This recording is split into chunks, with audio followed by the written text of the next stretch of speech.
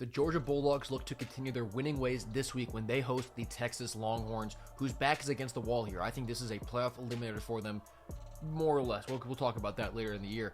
But Georgia is laying 6 points.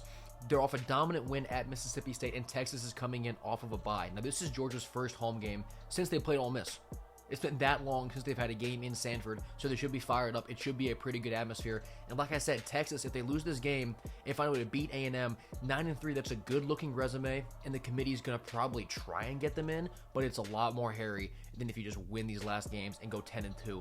Georgia, offensively, they're going to want to bleed you on the ground. That is their identity. That's what they want to do. They want to get behind Frazier, Bowens, and Stockton on the ground and just kind of bleed you to death. Texas is really hard to do that against, though, because they're only allowing 2.4 yards per carry and 78 rushing yards per game.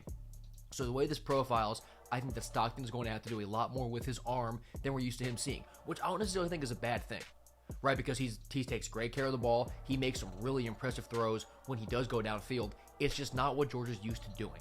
And just for Texas on offense, they found a bit of a rhythm now. They scored 45 and 34 in their last two games against the 14th and 10th defenses in the SEC in points per game, right? So it's not the best caliber of opponent they're going against, but you are seeing a lot more action offensively.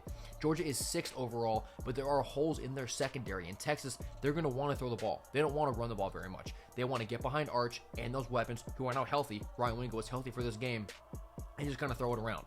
On the road for Texas, they've scored 7 points, 21, 16, but then 45 in their last road game against Mississippi State. Now, State is the worst defense on that list. They had road woes against those good defenses in Ohio State and Florida. Does that show up again for Arch?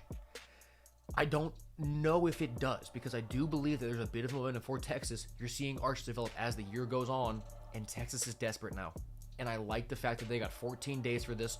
Georgia is coming off of one of their best all-around performances of the year against Mississippi State. Can they play to that level again? Now look, I started this cap when I was previewing this game thinking that I was taking Georgia. I'm changing my tune. I think Texas gets a massive win on the road here. I'll go like 31-20 for Longhorns. I think Texas stays alive in the playoff race and deals Georgia their second loss of the year.